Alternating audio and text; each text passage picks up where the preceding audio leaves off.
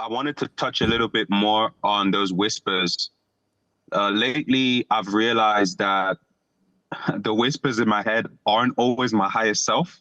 Because I used to think that those whispers, those voices in my head, oh, it must be me having a conversation with my higher self. But I've realized that actually those whispers aren't leading me to my highest self. Those whispers are always leading to more failure, and they're putting me in this loop, in this trap, right? So they can't be my higher self. And then I got to the conclusion that it must be these different organs, like what you always talk about, the archons, like these different parts of me. I wanted to kind of see your view on this, because where I'm at now is I'm looking at it as I'm sitting on the throne and I have my counselors in the hall, in the, what do you call, the king's chamber. And I'm sitting on the throne, I'm taking full responsibility, I'm taking authority, and I'm making the decisions. But I get to listen to these voices and then decide on whether I want to follow up on it or not, or whether I want to, which direction I want to take. But I wanted to see your view on it, and what is your relationship like with these whispers? Are you just saying, no, I don't want to hear this? Or how is it that you interact with these archons or demiurges or whatever it is that we choose to call it?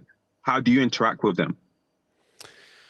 Well, first of all, it should be seen also as like, you're constantly, when you're having thoughts, like you notice how like your mind can take you into a complete death experience. Like what happens if we try to cross the street today and we get hit by a car, and it's like, yo, where did that come from?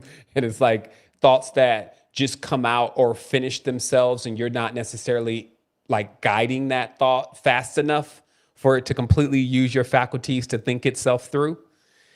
So meditation for me is the biggest key. It's like the entry point to all of this, because you learn that whether you perceive them as whispers like other energies, or whether you just hear them directly, it is still coming from that same process of opening or having something open that you can't close. So let's say if whispers start, but it takes a lot to really stop them. This means that the mind is not necessarily in the condition yet to be able to keep balance. So then what you do is you meditate. But if you really see the itemization, like I'm looking at right now inside of Sybil, right? And this is just a small itemization. And this itemization is exactly how many entities or situations are known to be associated with the whisper. And so we have everything from the astral entities, because remember, whisper also means something that is, it could be that light ringing in your ear. That's like also in the classical context, what the whisper is not just even something articulating a language, but actually a subtle frequency that's riding more in the high range. Yeah. So the astral entities, the elemental spirits, the ancestors and spirit guides, the jinn, and other supernatural beings, the psychic phenomena, the shadow entities. And so everybody is moving communication down this channel. You see what I mean? And then sometimes you could find yourself, especially based on DNA, phased into one of these frequencies more or less, and then need to kind of purge that channel.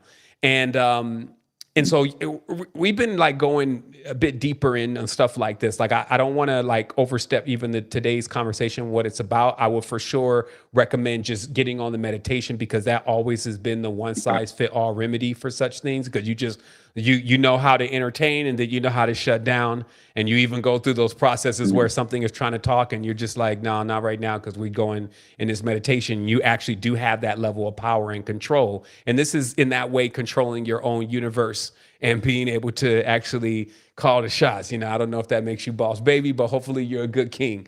But the reality also is that these whispers and these sounds, they could come from quite a few different things. So it makes it imperative that you actually do learn that practice, at least, to then go further. Because I'm not saying that, hey, I was talking to demiurge the other night. I don't really even interface in that way, more so than there are higher channels, right? And this is why the meditation is introduced, because when you're sitting in like theta, which if you just say or ah inside of a frequency detector, you'll notice it lands in theta, right? So you're seeing they say that to hit theta.